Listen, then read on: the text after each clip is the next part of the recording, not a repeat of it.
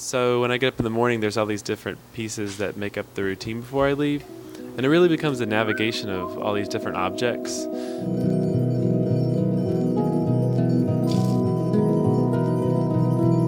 And this is really something that I'm actually constantly thinking about and rearranging. The kitchen just is a kind of a streamlined thing. You got to come in, turn on the kettle first for the tea, because that goes on first. Then you put the toast in the toaster for the peanut butter and chili, because you can't make that ahead of time. And then at that same time, then you take, if it's refrigerated oatmeal, you throw that in the microwave.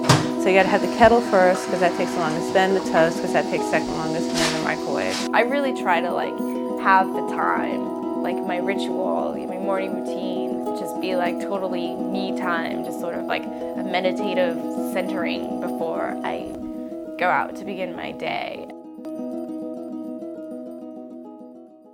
I've had to switch to decaf because I'm so in that mode of multitasking and stuff that if I get on caffeine, it goes crazy. It's like I'm going too many directions at once, so I go nowhere. Using computers a lot, I think it's trained me to think that way. I can just set tasks going, and while they're running, do another thing, and it's flowed over into life. It's kind of more time efficient for me, I guess, to just have a rote system that I can just follow.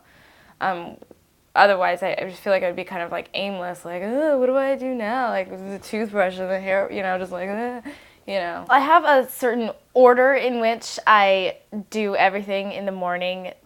It's skin, toes, toenails, things you put on toenails, feet, ankles, legs, breasts, nipples, chest, armpits, stuff you put on upper lashes, upper lash color. So that's the order in which I get ready in the morning. I can't skip anything. I may be in a hurry, and maybe a more sensible person might skip 1 or 2 steps along the way, but the system must remain intact, When I brush my teeth, I will wash the floor at the same time, but I do that with my foot. I take a sponge or a wash rag that's been wet, and I move my foot back and forth on the floor, being careful not to get the toothpaste on my shirt.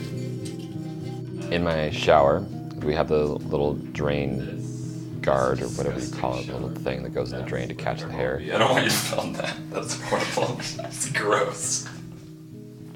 As part of my laziness of trying to keep the bathroom from getting dirty so I don't have to clean it, I always make sure that the drain is unclogged.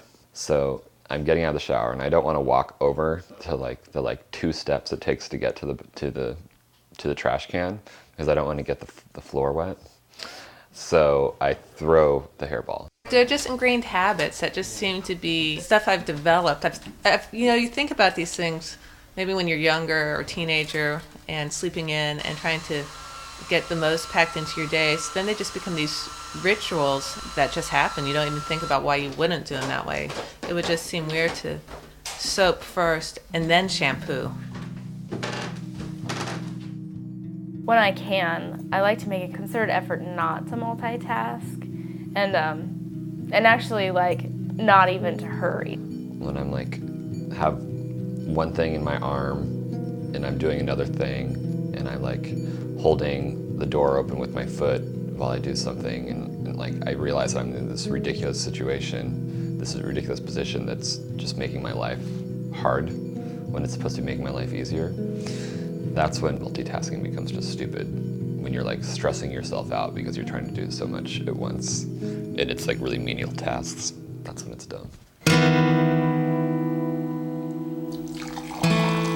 I have to tell you, I've tried to give up doing the bathroom floor one because it doesn't really save anything that much. I mean, the floor's a little cleaner, and that's nice. But I realize that these micro-efficiencies kind of make me crazy, because I'm just trying to pack so much into time, and I'm thinking about how to do things together to get the fastest results, to get out the fastest, and you just lose the flow of things. To actually sit down and make a cup of tea from beginning to end without doing something at the same time, that would be like a Zen exercise for me. So I think the multitasking that I do is probably not a healthy thing. But I can't give up the 5 minutes or whatever it saves.